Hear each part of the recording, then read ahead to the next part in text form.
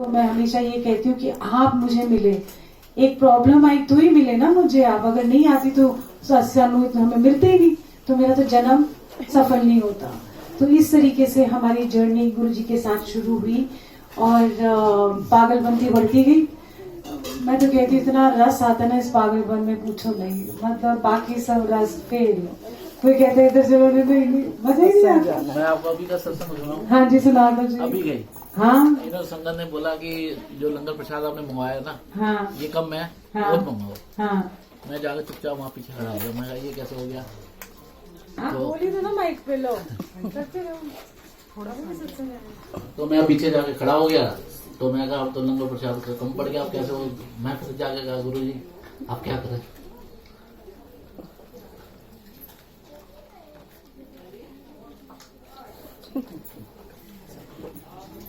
ऐसे अभी रंगत वाले मत्था नहीं देखना, कोई बात नहीं, कोई बात। हाँ वो तो होता ही है। तो गुरु जी की संगत का पता नहीं चलता। मैं तो कहती थी, मैं कहा हमने नहीं बुलाया, हमें उनका ही पता ही नहीं उन्होंने किसको बुलाया। मैं नहीं सबको जानती। मैं कहती गुरु जी अपनी संगत आपने बुलानी है और जिसको ब्लेसिंग से उसको जरूर बुलाना। फिर संगत जी ने बात लंगर कर लें, लंगर इतना है कि आपका लंगर बचेगा। जय गुरु जी।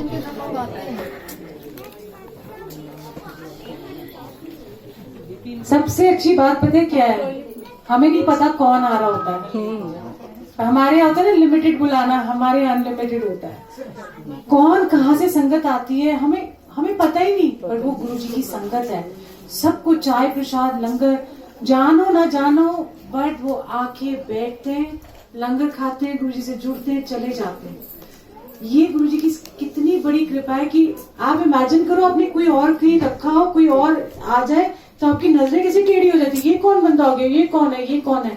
बट गुरु जी की संगत हमारे यहाँ आज की नहीं है, शुरू से लेके आज तक कोई राह चलता आ जाए ना गुरु जी के सत्संग में, किसी के घर भी उसका वेलकम होता है, उसको बैठाया जाता है, चाय प्रसाद दी जाती है, लंगर खा के उसका पता नहीं क्या दिल की बात है जो गुरुजी जानते हैं, उसको बुला के खिलाते हैं। ऐसे ही हम आई थिंक पंजाब यही रजौरी गार्डन में एक सत्संग में गए थे और वहां पर सत्संग चल रहा था शिवा के यहाँ। तो वहां पर कोई देखो गुरुजी को हर संगत, हर दुनिया में सबका ख्याल है। गुरुजी सिर्फ संगत ही नहीं है, गुरुजी की सारी दुनिया सृष्टि उनकी है, क्योंकि वो उस लेवल पे होते हैं, सारे उनके ही होते हैं। तो वहां पर कोई बहुत पुअर बहुत लेडीज थी जो बर्तन वो नहीं होते, टोकरा लेके कपड़े बेचती हैं, जैसे वो गुजरात ने बताया था ना। हाँ तो वो नीचे थी और एक प्रेग्नेंट थी, तो वो डॉक्टर के पास आई हुई थी और उनको लग रही थी भूख और उनके पास इतने पैसे थे नहीं, तो वो वहीं पर आके बैठ गए। उन्होंने देखा जूते चप्पल है, क्या था, है ना आनंद। तो तुमने जाके शायद उनको नीचे लंगर दिया, क्योंकि जो है वहाँ बैठा हमारे लिए तो संगत है, कोई भी आए कितनी बरकत। गुरु जी का स्वरूप भी दिया था उनको, बाद में दिया था ना वो। तो वो आई, हमने बोला तू भी आ जा भाई, बैठ जा। तो हमने उनको दरबार में बुलाया, बिठाया। मैंने बोला कैसे कहते, मैंने कहा देखो तुम्हारे भाग्य में लंगर था, तुझे भूख लगी थी, तेरा बच्चा भी अंदर भूखा था, तो गुरु जी को मालूम था। फिर उसको हमने स्वरूप दिया। कह रहे हम तो वो टोकरा लेके वो नहीं होते कपड़े एक्सचेंज करके बर्तन के वो करती हैं, और इतनी अच्छी सुंदर खूबसूरत। हमने कहा हमें तो तुझसे ही प्यार हो गया भाई, क्यों क्या करें। सो इतना भाव आता है कि कोई भी आए गुरु जी की अपनी अपनी जो भी कहानी लेके आता है, जो भी अपना दर्द लेके आता है, जो भी अपनी चीज है वो गुरु को पता होती है। तो बस गुरु जी पे विश्वास रखो, मानो या ना मानो, क्योंकि एक ही को मान के निकल जाओगे तब भी बेड़ा पार हो जाएगा। किसी को भी मानो, पर एक को मान के निकलोगे ना, उन पे पूरी श्रद्धा भाव लेके निकलोगे ना, तो आपको वो अपने से लगेंगे। अगर आप दर दर भटकते रहोगे, 10-15 जगह जाओगे। मैंने बड़ी अच्छी एक व्याख्या सुनी थी भाई गुरबाल सिंह जी की, कि दर दर पे भटकने से कोई फायदा नहीं होता। हमको एक का हो जाओ, एक के बन जाओ, तो सारे भगवान भी आपके बन जाते हैं। अगर आप मत्था टेकते हो गुरु जी को, तो सारे देवी देवता भगवान सब कवर हो जाते हैं। क्यों? क्योंकि वो सारे तो ऊपर बैठ के हंसते हैं। वो कहेगा मैं तो कृष्ण भगत, मैं नहीं शिव जी क्यों मत्था टेको, मैं ओ भगत, ये वो कितना इंसानों ने भेद डाला है, बट वो सारे ऊपर अपनी महफिल जमा के बैठे होते हैं। और हमने हमें हमारा कितना भेदभाव करते हैं, पर वो नहीं करते कि इसका नहीं। तो हमें सत्कार सबका करना चाहिए, पर नाव एक में बैठ जाओगे ना तो आंधी तूफान आए, पर आपको ये पता है कि इस नाम की नाव में मेरा बेड़ा पार होना है। सो जय गुरु जी, एंजॉय योर लंगर। मेरे पास बहुत सत्संग है, छोटे छोटे बड़े बड़े जो भी है। आप बताओ। एक वो सुनाओ जो रोजी आंटी के घर बोला था ये ओल्गा की जगह है, वो वाला सुनाओ। ओहो, ये प्लीज। रोजी आंटी के घर। हाँ, कई बार क्या होता है कि हमारी ना गुरु जी का प्यार करने का तरीका भी बड़ा अच्छा होता है। आप सबको प्यार चाहिए होता है ना, इस दुनिया के अंदर कौन ऐसा है जिसको प्यार नहीं चाहिए, और गुरु और भगवान से प्यार तो और भी ज्यादा चाहिए। ऐसे ही हम रोजी आंटी के यहाँ सत्संग था, थिंक कब था आपके यहाँ? 15 सितंबर को। तो कोई संगत थी वहीं पर, मैं इनको नहीं जानती, कभी मिली नहीं थी उनसे। तो वो उनको मैसेज किया तो वो उनको लगा कि 12 बजे का सत्संग है, तो वो पहले ही पहुंच गए। तो उन्होंने कहा सेवा भी है, उन्होंने अपना जो भी करना था पहुंची। तो कहती मैं जैसे ही उस जगह पे बैठने लगी तो कहती मुझ और नहीं जुड़ी थी, उसको पता नहीं है। कह रहे मुझे बस एक आवाज अंदर से आई कि ये ओल्गा की जगह है, इधर नहीं बैठना। कहती हूँ मैं कोई माड़ी हो गया गुरु जी, और कहती सिर्फ मेरा नाम ऐसे ही सुना था, बट कौन हूं मैं ये इसको कुछ नहीं मालूम था। तो मैंने कहा देखो ये गुरुजी का प्यार करने का तरीका, मैंने कौन सा जगह बना ली है, हमें तो कहीं भी कोने में मिल जाए, सेवा मिल जाए, कहीं भी बैठ जाते हैं, क्योंकि संगत सबसे पहले है, यू नो। तो ये उनका प्यार करने का तरीका है, कोई बात नहीं। अरे हम गाने लगाते होंगे ना, आपने सत्संग करना है आप करो, प्लीज करो, मैं तेरा भी रिकॉर्ड करूँ, मेरा भी बहुत। जय गुरु जी। बहुत सारा प्यार बटोर के ले जाओ। टाइम लगता है कभी कभी किसी को मानने में, किसी को करने में, बट जो अगर गुरु जी का हो गया, वो कहते हैं ना जो उनका डंग लग जाता है ना, उससे आपको कोई निजात नहीं मिलेगी, फिर वो गुरु जी के बन जाओगे। और जो रस आएगा ना, और हमारे को तो लगता है कि बस आप सब भी रस लो जैसे भी लो, बट ले लो रस।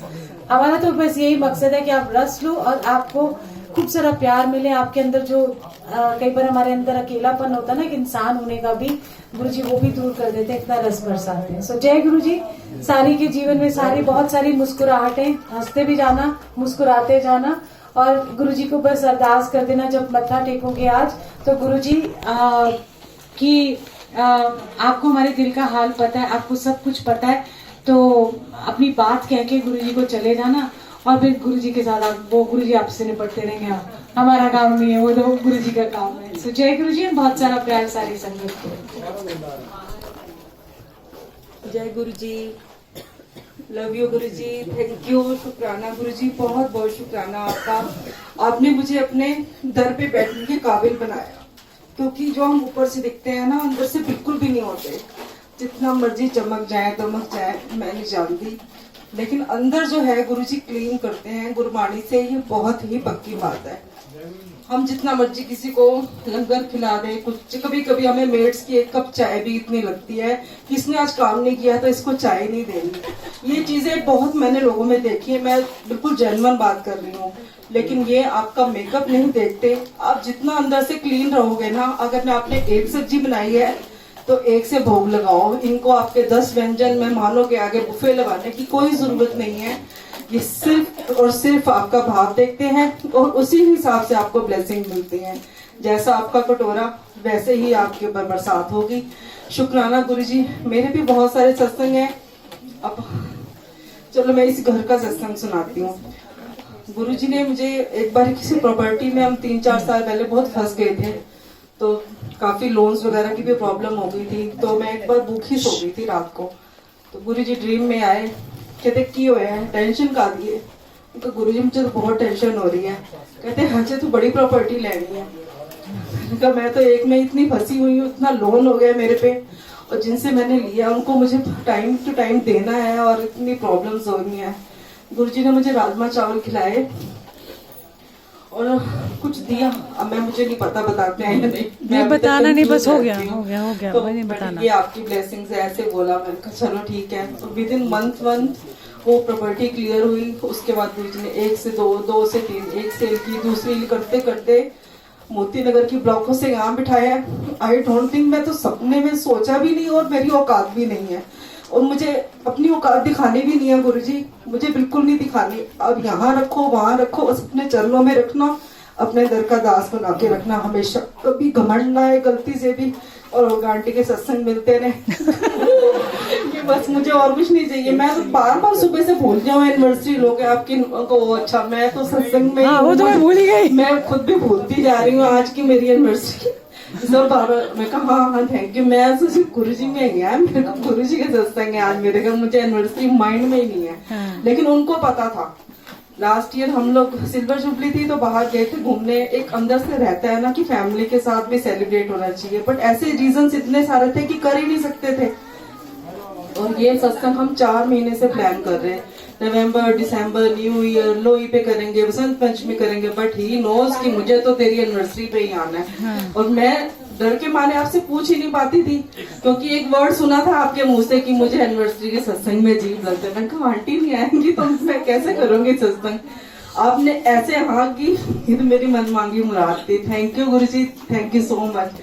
और ऐसे ही संगत खूब आए, सब जगह आए, हर जगह आए, सिर्फ मेरे घर नहीं, जहाँ गुरुजी का सत्संग हो ब्लेसिंग्स लेने बेअंत संगत आए। शुक्राना गुरुजी।